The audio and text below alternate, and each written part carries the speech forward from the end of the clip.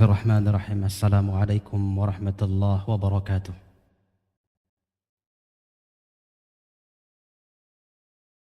Innal hamdalillah nahmaduhu wa nasta'inuhu wa nastaghfiruh wa na'udzu wa ashhadu anna Muhammadan 'abduhu wa rasuluh ballagha ar-risalah wa adda al-amanah wa nasaha al-ummah wa jahada fillahi haqqa jihadihi. قال تعالى في القرآن الكريم أعوذ بالله من الشيطان الرجيم بسم الله الرحمن الرحيم يا أيها الناس اتقوا ربكم الذي خلقكم من نفس واحدة وخلق منها زوجها وبث منهما رجالا كثيرا ونساء واتقوا الله الذي تساءلون به والأرحام إن الله كان عليكم رقيبا يا أيها الذين آمنوا اتقوا الله محدثاتها وكل محدثة بدعة وكل بدعة ضلالة وكل ضلالة في النار. Kaum muslimin jamaah salat maghrib yang dirahmati oleh Allah Subhanahu wa taala, insyaallah pada kesempatan yang singkat ini kita akan sampaikan beberapa firman Allah Subhanahu wa taala dan juga hadis Rasulullah sallallahu alaihi wasallam tentang pentingnya menghargai jasa orang lain atau jangan lupakan, jangan meremehkan jasa orang lain. Kaum muslimin yang dirahmati oleh Allah Subhanahu wa taala, kita ambil dari firman Allah Subhanahu wa taala dalam surah Al-Baqarah ayat 237. Bagi kaum muslimin, bapak-bapak semuanya yang punya HP boleh dibuka Al-Quran surah Al-Baqarah ayat 237 ataupun Al-Quran yang berada di depan kita, dipersilahkan. Jadi kaidah ini, jangan melupakan jasa orang lain, diambil dari firman Allah Subhanahu wa taala, A'udzu billahi minasy syaithanir rajim. Bismillahirrahmanirrahim. Wa in talaqtumuhunna min qabli an tamassuhun wa qad faradtum lahunna fariidah fanisfu ma faradtum illa an ya'funa aw ya'fu alladhi bi yadihi 'uqdatun nikah wa an ta'fu aqrabu littaqwa wa la tansawul fadla bainakum innallaha bima ta'maluna basir. Jika kamu menceraikan istri-istrimu sebelum kamu bercampur dengan mereka, padahal sesungguhnya kamu sudah menentukan maharnya, maka bayarlah 1/2 dari mahar yang telah kamu tentukan itu, kecuali jika istri-istrimu itu memaafkan atau dimaafkan oleh orang-orang yang memegang ikatan nikah, walinya. Dan pemaafan kamu itu lebih dekat pada ketakwaan.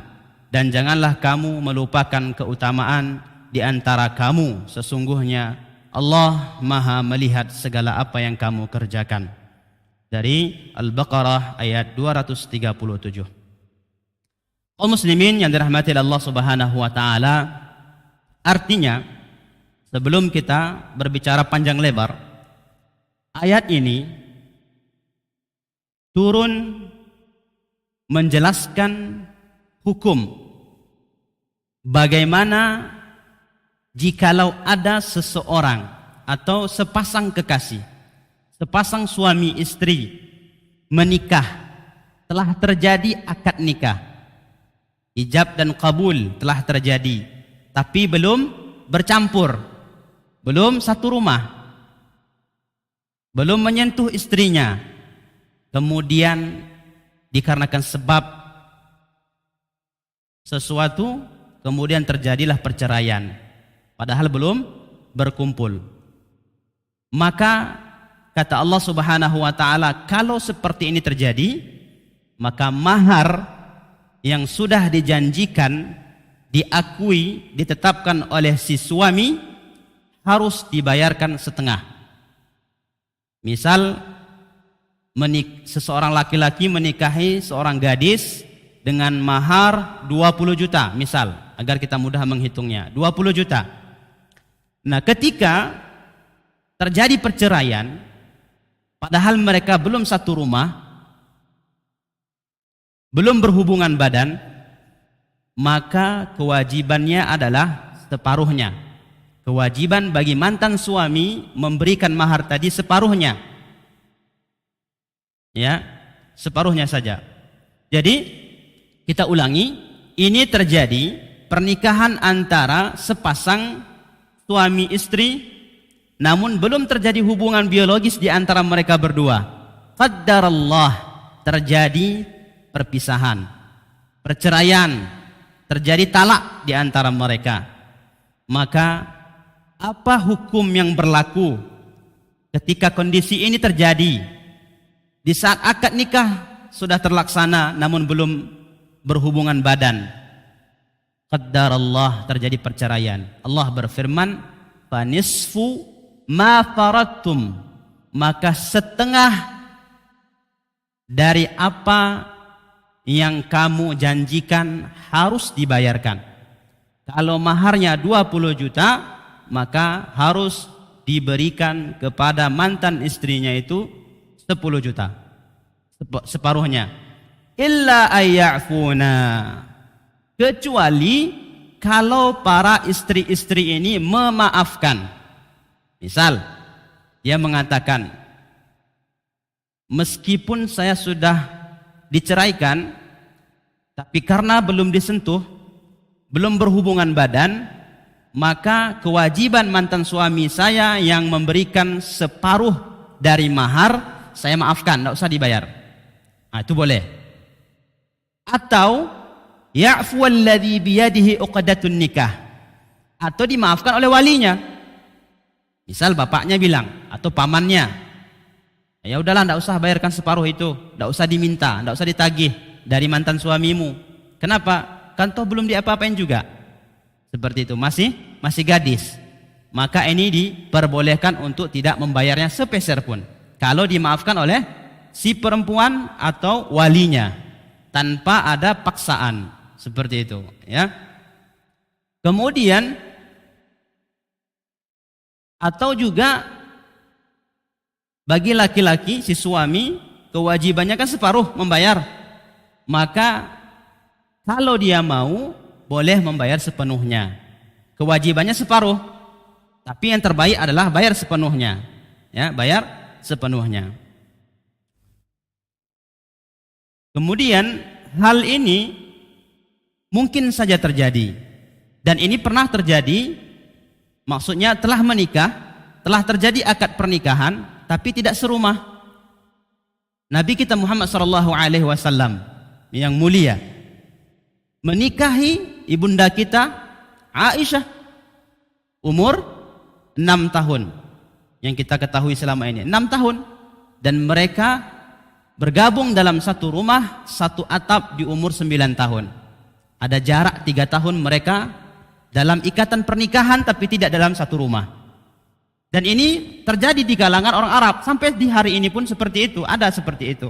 Orang-orang yang tidak mampu membayar mahar nikah, kemudian si perempuannya membuat syarat, selama suaminya belum bisa melunasi maharnya tidak boleh disentuh. Itu ada. Nah, saya pernah jumpa sama orang Arab Yaman, masih kelas 1 SMA, dia sudah melamar, sudah mengkhitbah anak orang. Di sekolah dia kelas 1 SMA. Nah, tapi dia sudah mengkhitbah anak orang, sudah mau nikah.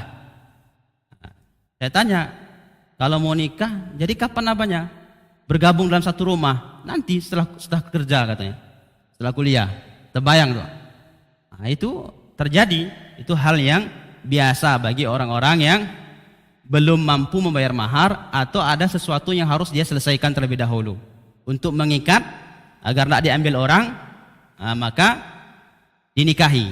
Nah, ini yang betul, ini boleh, ya, dan tidak ada tunangan, ya. Yang betul itu dinikahi meskipun belum satu rumah, tidak masalah. Dan ini terjadi seperti itu. Jadi kesimpulannya, kaum muslimin dan rahmatil Allah Subhanahu wa taala, adalah bahwa jika terjadi seperti kasus ini, maka yang wajib bagi si mantan suami adalah membayar setengah dari mahar yang dijanjikan. Ini kita bercerita dulu tentang ayat tadi, baru nanti kita masuk kepada pembahasannya agar lebih mudah dipahami. Nah, kewajiban bagi mantan suami hanya separuh dari mahar yang dijanjikan, karena dia belum bersetubuh, belum berhubungan badan dengan istrinya. Mengapa? Kan gitu. Kenapa ndak semuanya saja ndak usah dibayar? Kan belum juga dia apa-apai. Kenapa harus separuh? Kalau memang alasannya separuh itu, oh ndak usah sempurna dibayar seluruhnya, separuh saja karena dia belum berhubungan badan. Oke, kalau gitu kenapa nggak semuanya aja?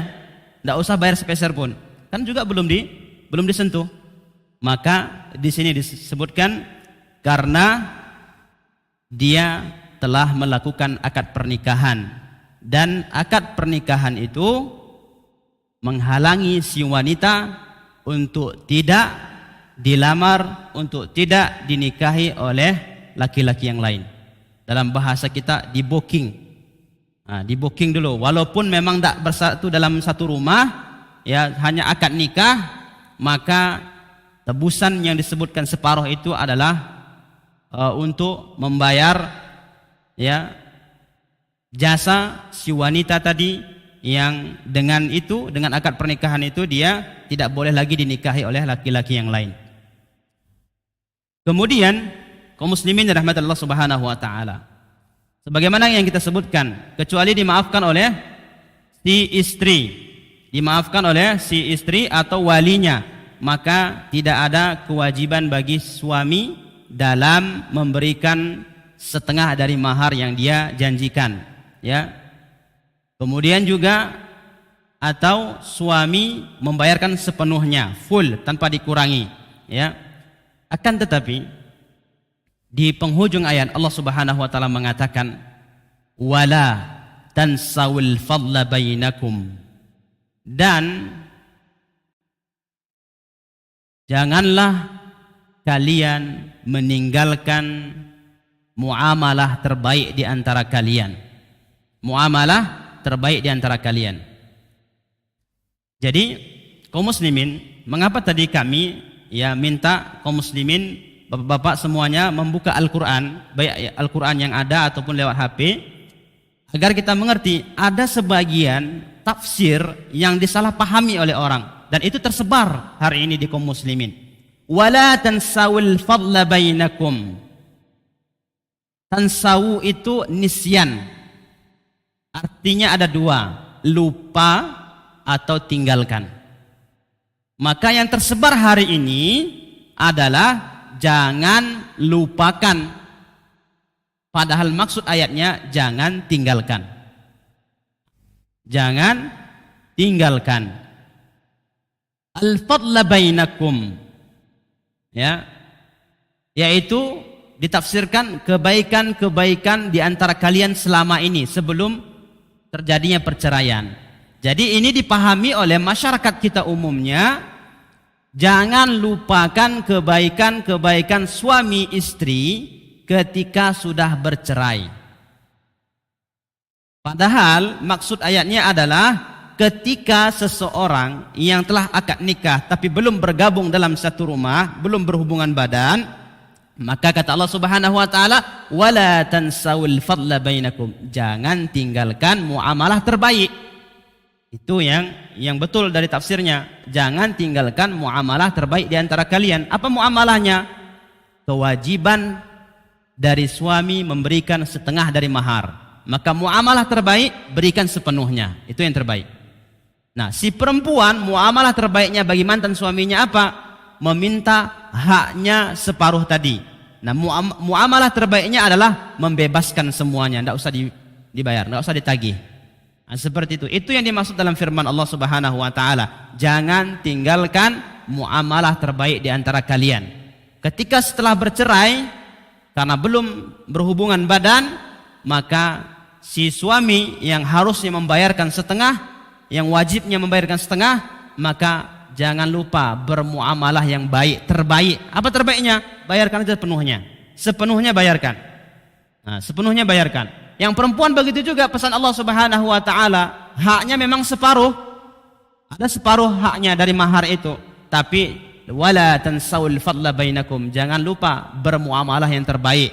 Maka kalau bisa bebaskan yang separuh itu juga, tidak usah diminta. Nah, gitu. Jadi mana yang lebih dahulu di antara mereka? Apakah suaminya yang lebih dahulu membayarkan full, atau istrinya, mantan istrinya ini yang membebaskan suaminya untuk tidak usah dibayar semuanya? Maka siapa yang lebih dahulu mengamalkan, maka dia termasuk dari orang-orang yang telah masuk ke dalam firman Allah, wala tansawul fadla bainakum. Kaum muslimin yang dirahmati Allah Subhanahu wa taala, jadi makna dari wala tansawu itu ada dua. Yang pertama, an-nisyan, wala tansawu itu az-zuhul. Zuhul itu lupa, jangan lupakan. Ada juga artinya at-tarku, jangan tinggalkan. Jangan tinggalkan. Maka yang dimaksud dalam Al-Quran ini, ayat ini adalah jangan kalian meninggalkan al-fadla bainakum, muamalah yang terbaik di antara kalian. Nah, meskipun nanti akan kita bahas bahwa maknanya benar, tapi yang dimaksud dari firman ini bukan itu. Maknanya benar bahwa setelah terjadinya perceraian, itu seharusnya suami istri, mantan suami, mantan istri selalu mengingat kebaikan-kebaikan di antara mereka. Ya, tapi bukan itu yang dimaksud dari Al-Quran, dari ayat ini. Yang dimaksud dari ayat ini adalah setelah bercerai, maka tetap lakukan hal-hal yang paling terbaik. Berlomba-lomba melakukan hal-hal yang terbaik.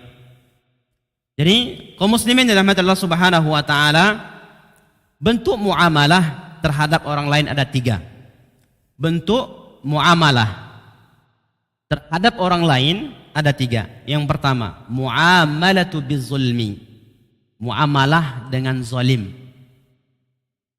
Bermuamalah, berhubungan dengan manusia dengan zalim. Ini kita tidak bahas karena ini kezaliman jelas haram. Tidak boleh menzalimi orang lain. Menzalimi hewan dan binatang saja tidak diperbolehkan Allah Subhanahu wa taala, apalagi menzalimi manusia dan dia seorang muslim. Dalam sebuah hadis disebutkan, innallaha katabal ihsana ala kulli syai'. Sesungguhnya Allah Subhanahu wa taala telah menetapkan al-ihsan, ya, cara yang terbaik kepada ala kulli syai', kepada semuanya, termasuk hewan binatang yang tidak memiliki akal pikiran. Sebagaimana ya di zaman Rasul sallallahu alaihi wasallam ada orang yang mau nyembelih hewan kurbannya. Nah, tapi dia mengasah parangnya di hadapan hewan kurban. Kata Rasulullah, afala qabla hadza? Mengapa tidak sebelum ini kau asah parangmu? Aturidu an tumitaha maitatain? Apakah engkau mau membunuh hewan ini 2 kali? Membunuh perasaannya dan membunuh jasadnya karena mengasah parang di hadapannya. Jadi zalim itu tidak boleh. Maka hati-hati terhadap perbuatan zalim, karena tidak ada hijab penghalang antara Allah dan doa orang yang dizalimi. Maka hati-hati ketika kita siang hari menzalimi orang lain dan di malam hari kita tertidur nyenyak, sementara orang yang kita zalimi mengangkatkan tangannya kepada Allah Subhanahu wa taala agar dibalas kezaliman orang-orang yang membuat kezaliman. Maka hati-hati dalam menzalimi orang lain, mengambil hak orang lain. Kemudian yang kedua, karena muamalah bizulmi, kezaliman itu haram, tidak kita bahas. Yang kedua, al-muamalatu bil fadli wal ihsan, muamalah dengan terbaik. Dengan terbaik, bukan yang baik tapi terbaik. Jadi muamalah yang kedua adalah muamalah dengan cara yang terbaik, melakukan yang terbaik. Sebagai contoh, dan ini terbagi menjadi 3 bentuk. Ya, 3 bentuk, yaitu muamalah dengan cara ihsan yang terbaik. Ada 3. Yang pertama, berbuat baik kepada orang yang tidak punya jasa kepada kita. Nah, ini tingkat yang paling tinggi nih. berbuat baik kepada orang yang dia tidak pernah berbuat baik kepada kita. Kita tidak kenal dia tidak pernah punya jasa ke kita, tapi kita mampu melakukan yang terbaik untuk dia. Maka ini disebut dengan muamalatu bil fadli wal ihsan. Ini muamalah dengan cara yang terbaik. Contohnya ada dalam Al-Quran, kisah Nabi Ibrahim alaihi salam dalam surah Az-Zariyat. Az-Zariyat ayat 43, kalau saya tidak salah 43. Kata Allah Subhanahu wa taala, a'udzu billahi minasyaitonir rajim. Bismillahirrahmanirrahim. Hal ataka hadithu dhaifi Ibrahim al-mukramin. Kata Allah ni kepada Muhammad sallallahu alaihi wasallam, hal ataka hadithu dhaifi Ibrahim al-mukramin. Sudahkah sampai kepadamu wahai Muhammad tentang cerita tamu Ibrahim? Tamu Ibrahim. Siapa tamunya? Para malaikat yang menjelma menjadi manusia. Ramai-ramai datang. Al-mukramin yang dimuliakan. Malaikat-malaikat yang dimuliakan. Kata Allah, "Idh dakhalu alaihi faqalu salama." Ketika, ingatlah wahai Muhammad, ketika mereka, para malaikat tadi, masuk ke tempatnya, ke tempat Nabi Ibrahim. Faqalu salama, mereka pun mengucapkan salam. Maka faqala salamu qaumun mukramun, kata Ibrahim alaihi salam, maka dia pun menjawab salam mereka, qaumun mukramun, wahai orang-orang kaum munkarun, yaitu kaum yang tidak dikenal. Malaikat ramai-ramai menjelma menjadi manusia, datang bertamu kepada Ibrahim alaihi salam di surah Az-Zariyat. Ketika mereka masuk mengucapkan salam, dijawab salam sama Ibrahim alaihi salam, qaumum munkarun. Kaum mereka itu adalah kelompok orang-orang yang tidak dikenal sama Nabi Ibrahim. Faragha ila ahlihi faja'a bi'ijlin samin. Maka diam-diam Ibrahim alaihi salam pergi menemui keluarganya, maksudnya pulang ke rumah istrinya. Faja'a bi'ijlin samin. Kemudian balik lagi ke tempat malaikat tadi. Kemudian balik lagi membawa daging anak sapi yang gemuk. Membawa daging anak sapi yang gemuk yang dibakar. Dipersembahkan atau diberikan, dihidangkan kepada para malaikat itu. Faqarrabahu ilaihim. Nabi Ibrahim setelah selesai didekatkan kepada para malaikat itu. Faqarrabahu ilaihim, didekatkannya kepada para malaikat. Qala ala ta'kulun, sudah didekatkan, tidak mau juga makan para malaikatnya. Maka takut Nabi Ibrahim. Datang orang tak dikenal, ramai, banyak, datang ke rumah. Dikasih makan sapi dipanggang, tidak mau. Didekatkan, tidak mau juga makan. Takut Nabi Ibrahim alaihissalam. Karena malaikat tidak makan. Malaikat punya tenaga meski tidak makan. Nah, dia tercipta dari cahaya, nur. Qala ala ta'kulun. Mengapa kalian tidak mau makan? Padahal kalau sudah dihidangkan sapi, biasanya keumuman masyarakat ketika itu mau makan sapi bakar anaknya yang masih lembut dagingnya. Kemudian fa'aujasa minhum khifah. Nabi Ibrahim alaihi salam merasa takut, ditimpa rasa takut. Didatangi orang ramai, tidak dikenal, dikasih makan pun tidak mau. Qalu la takhaf. Kata para malaikat itu, wahai Ibrahim, la takhaf, jangan takut. Wa basyaruhu bi ghulamin alim. Mereka, para malaikat tadi datang untuk memberikan kabar gembira kepada Ibrahim tentang kelahiran seorang anak yang alim, yang alim. Siapa? Ishak. Ya, Ishak.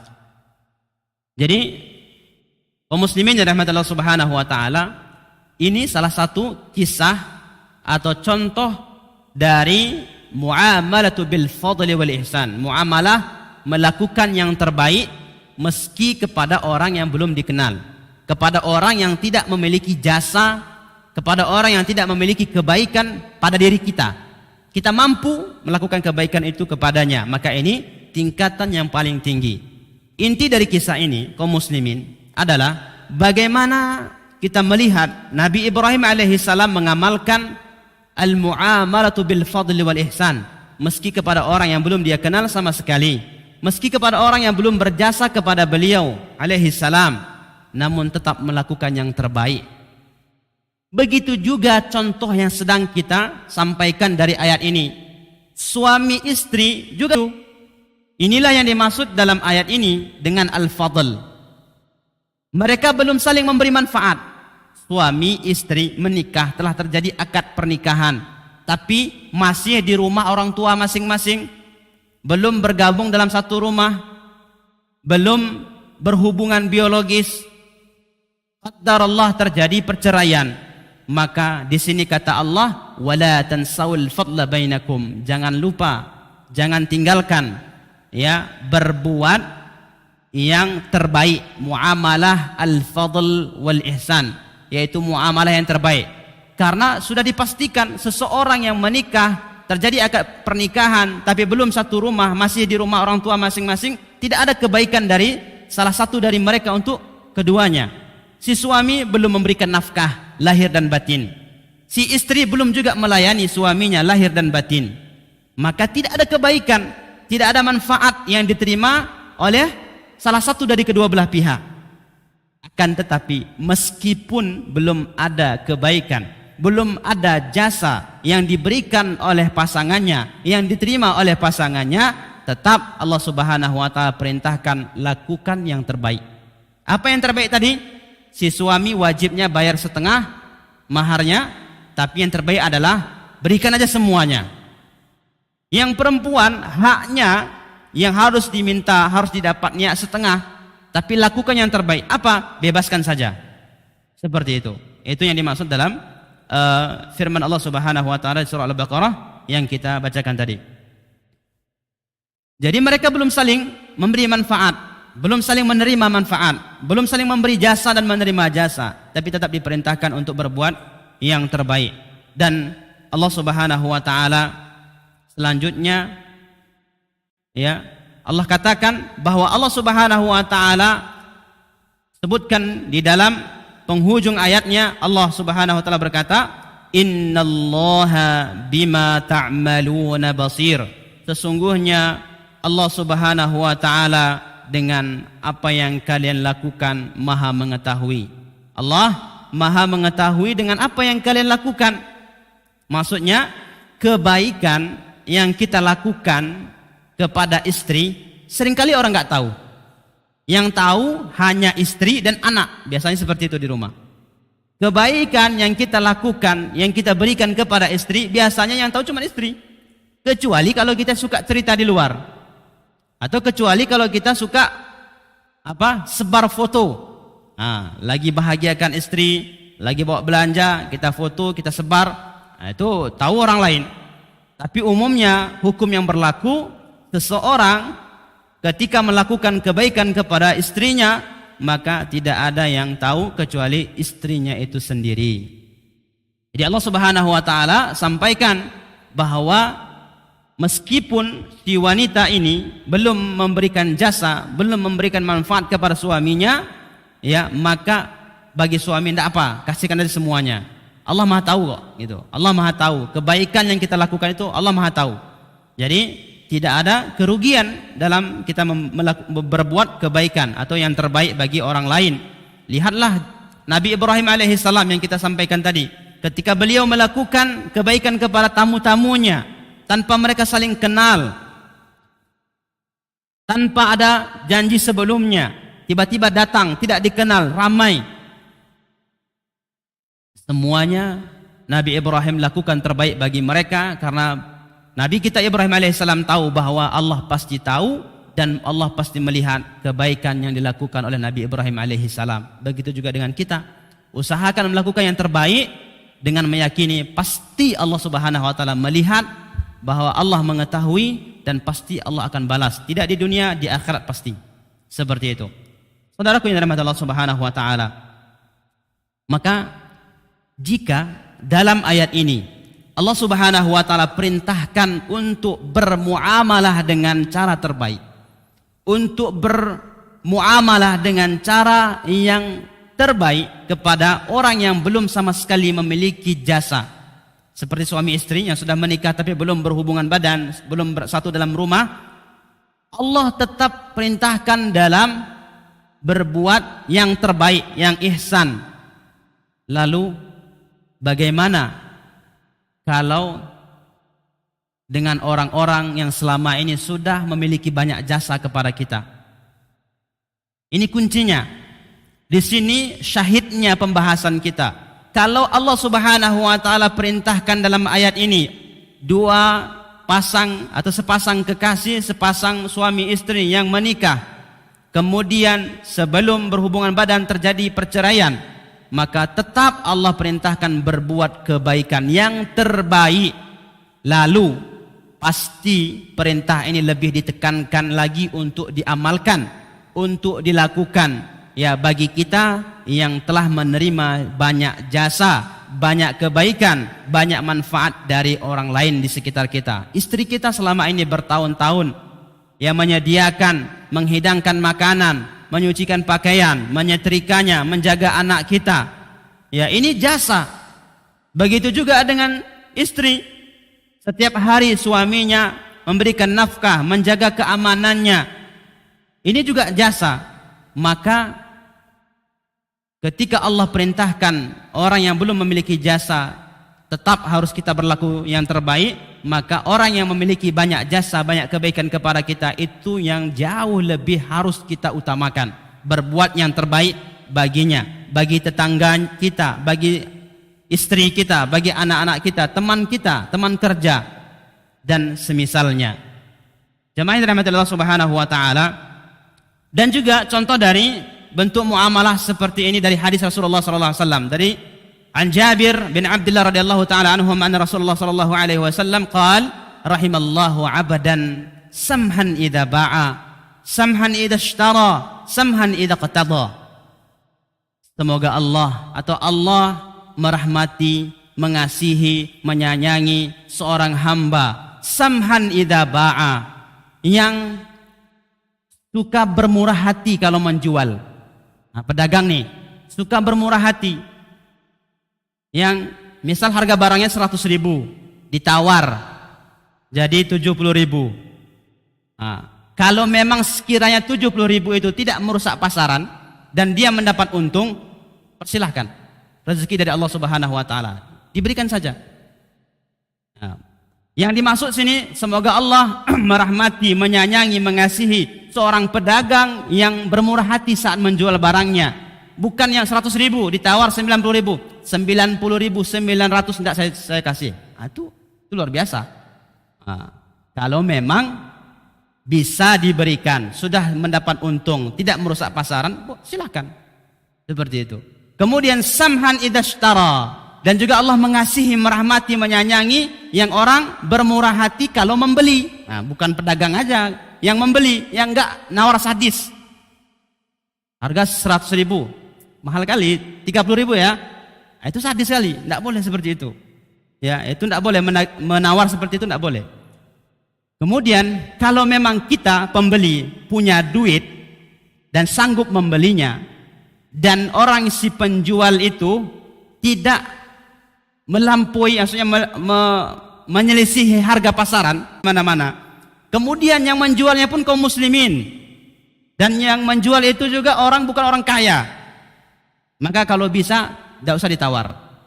Kalau bisa, ya, tidak usah ditawar.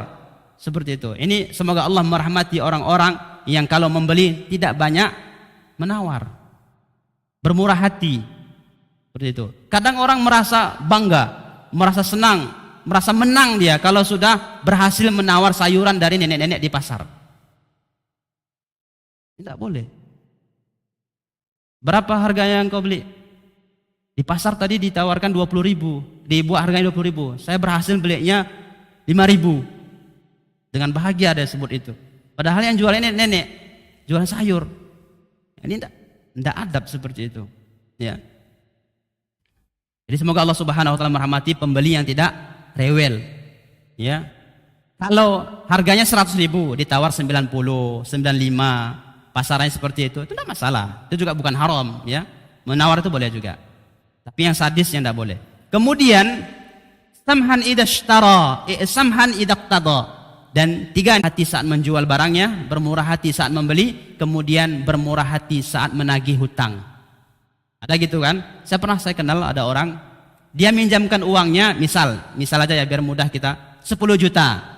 Tapi dibayar setiap bulannya 1 juta selama 10 bulan. 10 juta kan?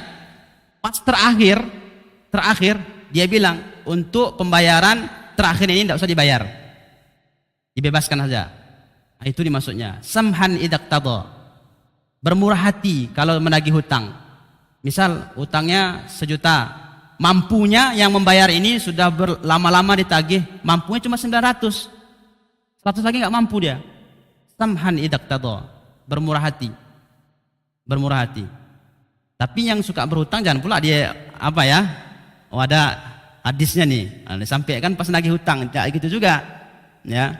Ini bagi yang menagih hutang, yang punya duit, yang pemilik duitnya gitu ya. Jam berapa kita isya, Pak? 25 kan? Baik. Kita sikit lagi, kita judul-judulnya aja. Kemudian yang kedua tadi, pertama tadi kan berbuat baik kepada orang yang tidak berbuat baik kepada kita, maksudnya nggak kenal kita.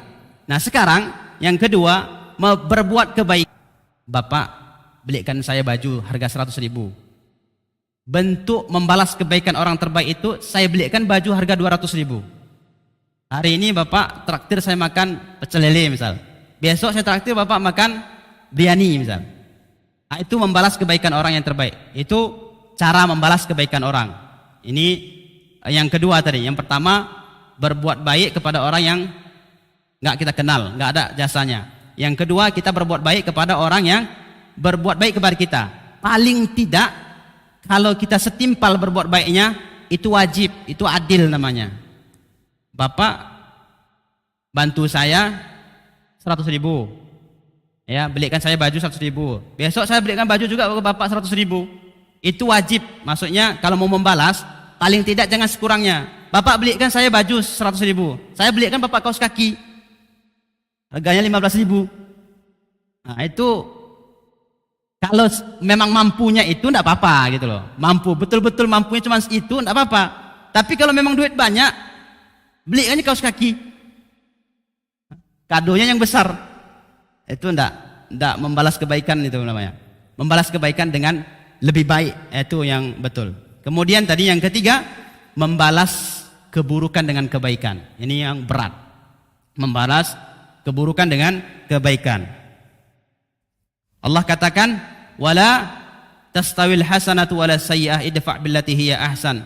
Tidak sama kebaikan dan keburukan. Tidak sama kebaikan dan kejahatan. Ya. Tolaklah kejahatan itu dengan cara yang lebih baik, sehingga orang yang ada rasa permusuhan di antara kamu dan dia akan seperti teman yang setia. Kalau ada orang berbuat jahat, kalau kita lawan sesuai jahatnya itu boleh. Bapak bentak saya bentak balik Bapak. Saya tidak berdosa. Karena kata Allah, wa jazaa'u sayyi'atin sayyi'atun mithluha. Balasan dari kejahatan, kejahatannya setimpal.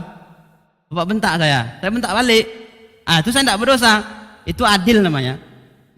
Bapak berbuat baik, saya berbuat baik. Itu namanya adil, itu boleh, ya. Tapi kalau mau membalas keburukan orang dengan kebaikan, itu lebih utama. Itu lebih utama. Nah, dan saya pernah seperti itu, ngisi pengajian seperti ini, tapi di pelosok-pelosok, lewat sawit gitu kan, lewat sawit. Lagi ngisi gini dibentak sama jemaahnya. Dibentak. Nah, jemaah itu orang terpandang juga. Kami pulang, kami kafilah dakwah. 1 hari sebelum pulang, di stop kami di kebun sawit jam 10 malam. Nah, kalau orang berbuat jahat ke kita, dibentak misalnya. Biasanya yang saya bentak balik itu lebih kuat atau lebih rendah? Nah, Bapak bentak saya, biasanya saya bentak balik itu nggak mungkin lebih rendah. Saya puasnya kalau saya lebih kencang suaranya, lebih tinggi. Nah, ketika saya sudah meninggikan suara lebih dari suara Bapak, itu zalim. Makanya maafkan saja. Khawatirnya kalau kita balas, kalau pas kita balas sesuai kadarnya, nggak puas. Kalau kita balas melebihi kadarnya, kita zalim. Seperti itu. Sepertinya waktu sudah masuk. Nah, jadi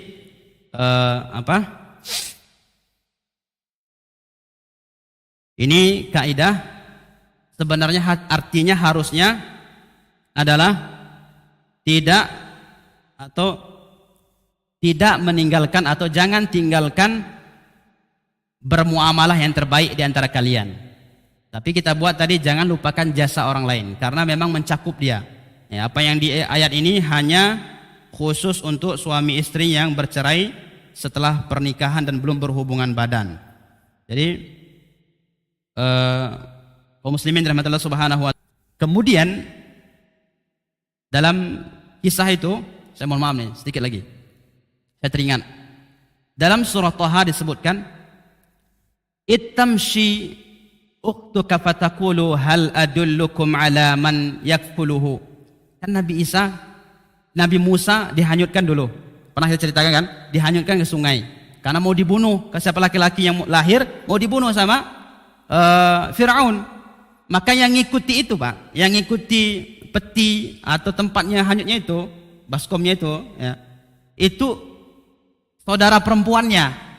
Ittamshi ukhtuka. Allah ingatkan, wahai Musa, jangan lupa nih, ada jasa saudara perempuanmu yang ngikuti dulu. Untuk apa ngikuti Pak?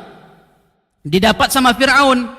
Maka ketika disusukan oleh Fir'aun ke semua dayang-dayangnya dan perempuan suruhannya, tidak mau Musa minum. Apa kata saudari perempuannya tadi? Ini jasanya. Katanya apa? Saya tahu seorang perempuan yang bisa menyusui dia. Pasti Musa mau, pasti bayi ini mau. Siapa kata Fir'aun dan tentaranya? Ditunjuknya ibu Musa. Maka didatangkan dan mau. Ini jasa saudari perempuan Musa alaihi salam. Dan Allah ingatkan, maksudnya jangan lupakan jasa orang lain. Kita besar hari ini, usaha kita sukses, mungkin ada jasa orang lain dalam diri kita. Ini yang duduk-duduk di sini mendapat hidayah dari Allah Subhanahu wa taala. Mungkin jasa orang tua kita mendoakan kita. Mungkin juga jasa dari guru-guru kita yang ikhlas mendoakan kita semua. Maka jangan lupa jasa orang lain dalam kehidupan kita. Kita cukupkan sampai di sini. Kita tutup dengan doa kafaratul majlis. Subhanakallah wa bihamdika asyhadu an la ilaha illa anta astaghfiruka wa atubu ilaik. Assalamualaikum warahmatullahi wabarakatuh.